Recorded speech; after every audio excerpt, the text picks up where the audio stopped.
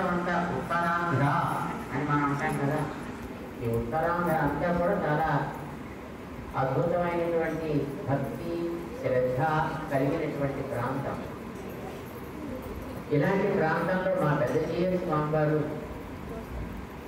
ఇక్కడ ఉండి శ్రీకూర్మంలో చాతుర్మాస్యం చేసి మన ప్రక్కన అక్కడ అప్పటిదాకా లేకుండా ఎప్పుడో రామానుజుల వారి కాలంలో చేసింది అట.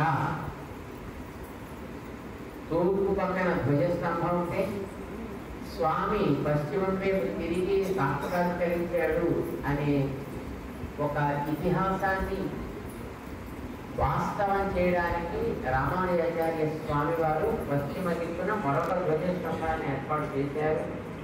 అయితే అది కాలగర్భంలో అది